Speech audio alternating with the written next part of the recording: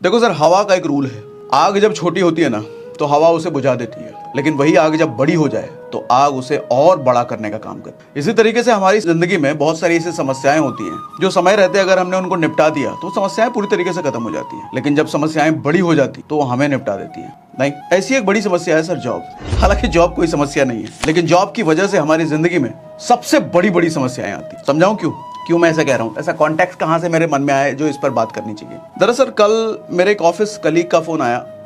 I guess मुझे वो phone आया होगा शायद 10-11 साल बाद फ़ोन आया, और उस ऑफिस कलीग का फ़ोन उठाते ही सबसे पहले ये कहना था कि सागर, अरे यार मुझे तो यकीन नहीं था कि तू मेरा फ़ोन उठा लेगा। मुझे लगा तू तो यार बड़ा आदमी बन गया है, अब तो मेरा फ़ोन भी नहीं उठाएगा हो सकता है। मुझे तो बहुत बड़ी खुशी हुई कि तूने मेरा फ़ोन उठा लिया। मैंने कहा ऐसी कोई बात नहीं यार, बड़ा दोस्तों के लिए कोई बड़ा हो गया छोटा हो गया ऐसी बातें नहीं होती हैं।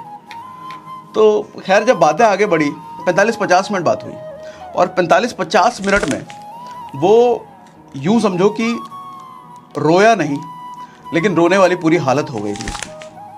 जानते क्यों? 15 साल हो गए जॉब में।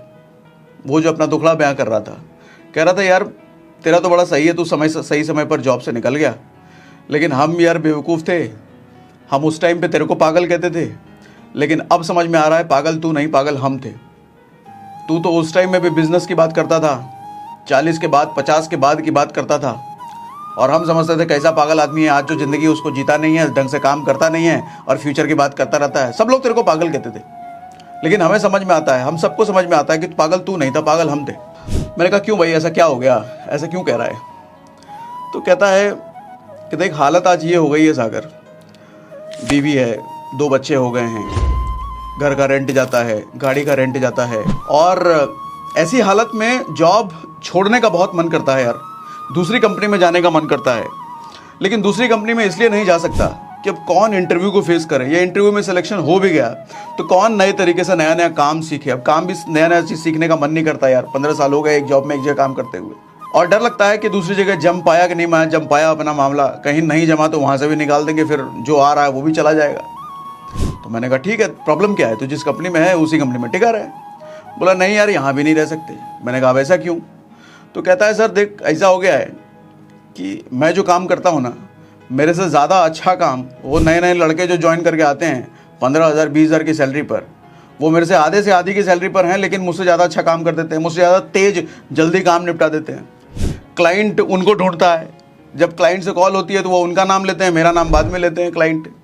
तो एक डर सा आ गया यार कि कहीं निकाल ना दे मुझे, अगर निकाल देंगे तो क्या होगा यार। दिक्कत ये हो गई कि मैं इस जाल में फंस गया हूँ, इस जाल में रहना भी नहीं चाहता और इस जाल से निकलना भी नहीं चाहता। ऐसे हालत में तेरे वीडियोस कई बार आते हैं सामने, तेरे रील सामने आते हैं, तो देख करके बड़ा अच्छा लगता है, तेरी बातें सुन करके बड़ा अच्छा लगता है, लेकिन अब समझ नहीं आ रहा दोस्त क्या किया जाए। 15 साल ज़िंदगी के निकल चुके हैं एक ही कंपनी में, ये सोच करके टिका रहा कि एक कंपनी में रहूँगा तो स्टेबिलिटी आएगी, और स्टेबल रहूँगा तो करियर अच्छा रहेगा, पूरी ज़िंदगी एक ही कंपनी में निकाल सकते हैं। लेकिन अब समझ में आया ये सब दिखावा था दोस्त, ये सब झूठ था, नहीं रह सकते यार, क्या किया जाए, कुछ रास्ता बता। तकरीबन 50 मिनट 45 मिनट बात हुई सर इन्हीं सब चीज़ों में, बहुत कुछ। वो बंदा रोया नहीं, लेकिन रोने की पूरी हालत में था। तो मैंने सोचा अगर उसकी सिचुएशन ऐसी है तो भारत में बहुतों की सिचुएशन ऐसी होगी, क्यों ना एक सेशन के द्वारा बात किया जाए इस टॉपिक पर, क्या समस्या है एक्चुअली, क्या करना चाहिए हमारे को। देखो सर, होता ये है कि मुझे लगता है जॉब तो हर किसी को करना चाहिए, हर किसी को। बड़े बड़े बिलियनियर्स को आप देखो, अपने बच्चों का करियर, हालांकि बिलियनियर्स हैं वो, सीधा के सीधा कोई कंपनी पकड़ा देंगे, लेकिन वो कहते हैं कि कुछ साल जॉब कर ले, 2 साल 3 साल, गुमनाम रूप से कई बार ऐसा करते हैं कि वो दूसरी कंपनी में जॉब लगवा देते हैं। 2-3 साल जॉब कर, क्योंकि वहाँ बेसिक सीख। जॉब में बहुत कुछ सीखने को मिलता है ना सर, बेसिक एटिकेट सीखने को मिलता है, ईमेल कैसे करें, फ़ोन पे बात कैसे करें, क्लाइंट से इंटरेक्ट कैसे करें, ऑफिस के पॉलिटिक्स देखने को समझ में आता है। मैनेजर जो कलीग आपके सामने दोस्त बनता है, वही कलीग पता चलता है आपके अंदर की बात निकाल करके मैनेजर की चापलूसी करता है, आपकी शिकायत मैनेजर से कर देता है प्रमोशन लेने के चक्कर में। पूरी राजनीति चलती है सर, किसी भी ऑफिस में, किसी भी कॉर्पोरेट ऑर्गेनाइजेशन में आप देखोगे पूरा राजनीति होता है वहाँ पर। इनफैक्ट वो आम आदमी पार्टी और कांग्रेस और बीजेपी क्या राजनीति करेंगे जो एक ऑफिस में राजनीति होता है। हर ऑफिस की हाल है, किसी एक ऑफिस किसी एक कंपनी की, हर ऑफिस की हाल है ये। एक से एक राजनीतिज्ञ होते हैं, और जो राजनीतिज्ञ में माहिर नहीं होता है उसका पत्ता कट जाता है, काम में कितना भी आपको एक्सपर्टीज हो, क्योंकि एक्सपर्टीज से ज्यादा वहां वो लोग टिकते हैं जो कि राजनीतिज्ञ होते हैं, जो दिमाग लगाते हैं। एक कोई रील विल भी वायरल हुआ था ना, काम करना जरूरी नहीं है ऑफिस में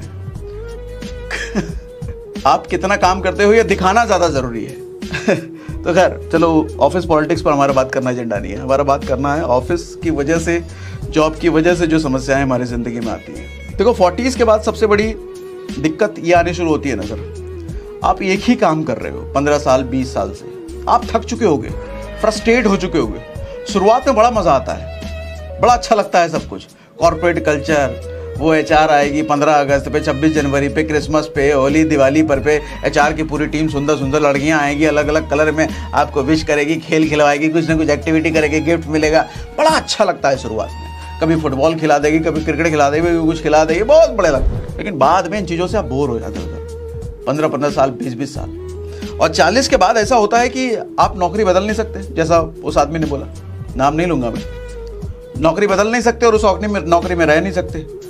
बदलने में भी डर लगेगा, रहने में भी डर लगेगा। अच्छा, अपना बिजनेस करने का सोच नहीं सकते, कारण क्या है, रिस्क लेने की लायक आप बचे नहीं हो। क्यों? क्योंकि घर की EMI जा रही है सर, गाड़ी की EMI जा रही है सर, बच्चों की फीस जा रही है सर, बहुत तरह के अलग अलग खर्चे पाल रखे हैं अपने, पर्सनल लोन पता नहीं कितने चल रहे होंगे, क्रेडिट कार्ड के बिल चल रहे होंगे, और सोसाइटी में दिखावा भी करना है कि आप एक बढ़िया लाइफस्टाइल जी रहे हो। नहीं करोगे तो बेइज्जती हो जाएगी ना। ऐसे में एक बड़ा डर रहता है कि अगर यार अभी कोई बिजनेस करेंगे और कंपनी वालों को पता चल गया है, कंपनी में काम परफॉर्मेंस डाउन हुआ तो नौकरी से निकाल देंगे, तो ये सब कैसे चलेगा, कैसे इतना सारा EMI, कैसे घर चलेगा, कैसे फीस जाएगी, ये सब चिंता होती है सर। तो 40 के बाद आदमी रिस्क लेने की हालत में बचता नहीं है, EMI का बोझ सबसे बड़ा बोझ काम करता है सर। देखो एक बात बताता हूँ आपको, एक मारवाड़ी धंधे वाला जो होता है ना, जब उसकी औकात मर्सिडीज खरीदने की होती है ना सर, 60 लाख 70 लाख की मर्सिडीज खरीदने की जब उसकी औकात हो जाती है, तब जाके वो 15 लाख की होंडा सिटी खरीदता है। लेकिन हमारा मिडिल क्लास, हमारा नौकरी भेजने वाला आदमी, जब उसकी औकात 1 लाख रुपए के बाइक खरीदने की होती है ना, तब जाके वो 15 लाख की कार खरीद लेता है, लोन पर, EMI पर। सोसाइटी स्टेटस मेंटेन करना है उसको। और यही वजह होती है कि मारवाड़ी अपने बचे पैसे से धंधा बनाता चला जाता है, अमीर होता चला जाता है, और ये मिडिल क्लास नौकरी पेशे वाला आदमी अपनी बची खुची जिंदगी EMI देने में निकाल देता है, और 40 के बाद फिर फ्रस्ट्रेट होने लग जाता है। देखो सर, दुनिया में 90% लोग गरीब इसलिए नहीं हैं क्योंकि उनकी कमाई कम है, बल्कि 90% लोग गरीब रहने का मेन कारण ये है कि उनको अपनी कमाई को मैनेज करना नहीं आता, मनी को मैनेज करना नहीं आता। दुनिया में हजारों ऐसे एग्जाम्पल हैं जो अच्छे मनी मैनेजमेंट की तकनीक जानने की वजह से गरीब से अमीर हो गए सर, और दुनिया में हजारों ऐसे भी एग्जाम्पल हैं जो मनी मैनेजमेंट ना आने की वजह से अमीर से गरीब हो गए। कितने ऐसे देखे होंगे, KBC में जीता 5 करोड़, आज के टाइम में कभी नहीं है।